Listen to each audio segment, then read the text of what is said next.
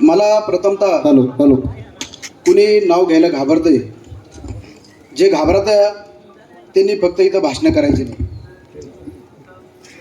जे काही घडलंय त्याला साक्षीदार पुरावेदार मी आहे. मी त्या दिवशी मुलाखतीतही सांगितलं आणि आत्ताही सांगतोय. या मुलांनी दिनांक 1/5/2023 छत्रपती शिवाजी महाराज चौकात पहिला गुन्हा केला.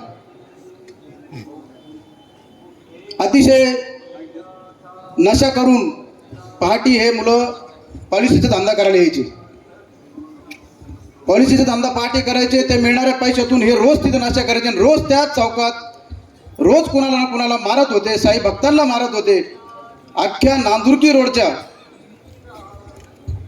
संपूर्ण जेवढे नावं सांगतो मी, मनोज विस्पुतेंचं दुकान फोडलं. बिचाऱ्यांनी कर्ज काढून दुकान बनवलं तर त्या तोच माल अख्ख्या गणेशवाडीभर विकल्या गेल्या.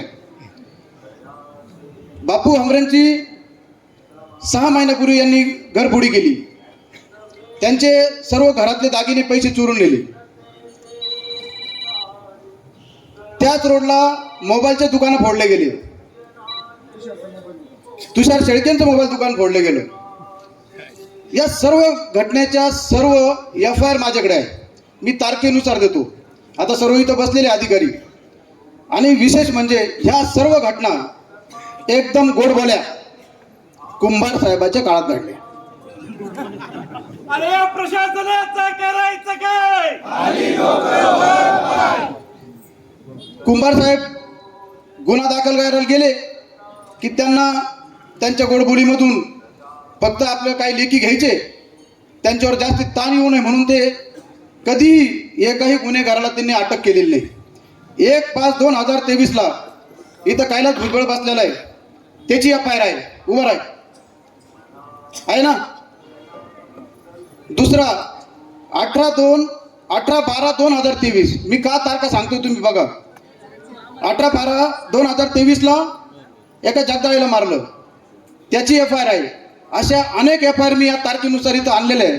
त्या FIR मध्ये एकदा तरी या मुलांना पोलीस स्टेशनने अटक केली का असं यांच्याकडे आहे का? काही पुरावा यांनी अटक केली दाखवा आम्हाला. आहे का कुंभार साहेबाकडे पुरावा आहे का यांना ह्या गुन्ह्यामध्ये ह्या FIR मध्ये यांना पोलीस स्टेशनला नेलं असं कोणी दाखवायचं? मी पुराव्यानिशी सांगतोय. या ठिकाणी DYSP साहेबांना मागाशी सांगत होतो आणि गलांडे साहेबांना सांगतो. त्याच्यात आता ही घटना घडायच्या अगोदर 2 दिवस शनिवारी रात्री 9 वाजता या अमोल माळीला एवढा धिप्पाड माणूस होता, त्याचा पाय तोडून टाकला. त्याची बायको त्याला सोडवायला गेली. त्याच्या बायकोला त्याच मुलांनी मारलं. ही महिला पोलीस स्टेशनला आली FIR द्यायला. तिला पहिले मेडिकल करायला पाठवलं. तुम्ही मेडिकल नंतर केलं असतं ना. आपण पहिले ते पकडून आणून जर मध्ये जेलमध्ये टाकले असते तर आज हे 2 निरपराध आपले बंधू हे आज आपल्यामध्ये असते. आज त्यांच्या नावाने आपल्याला या ठिकाणी श्रद्धांजली व्हायची गरज पडली नसती. हे मी त्या दिवशी बी ज्यावेळेस ही घटना घडली खासदार सुजयदादा हॉस्पिटलला होते. नितीन भाऊ बरोबर ना. मी आल्या गुन्हेगारांची नावं सांगितली होती.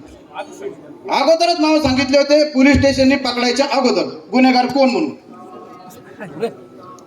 तर माझी कळकळीची विनंती अशी आहे की आपण आता आपले मुलं 10 वाजेनंतर बी घरात येत नाही.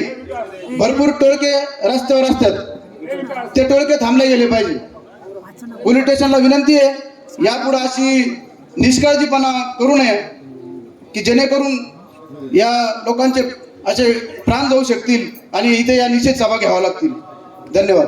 धन्यवाद दत्तू भाऊ. भाजपचे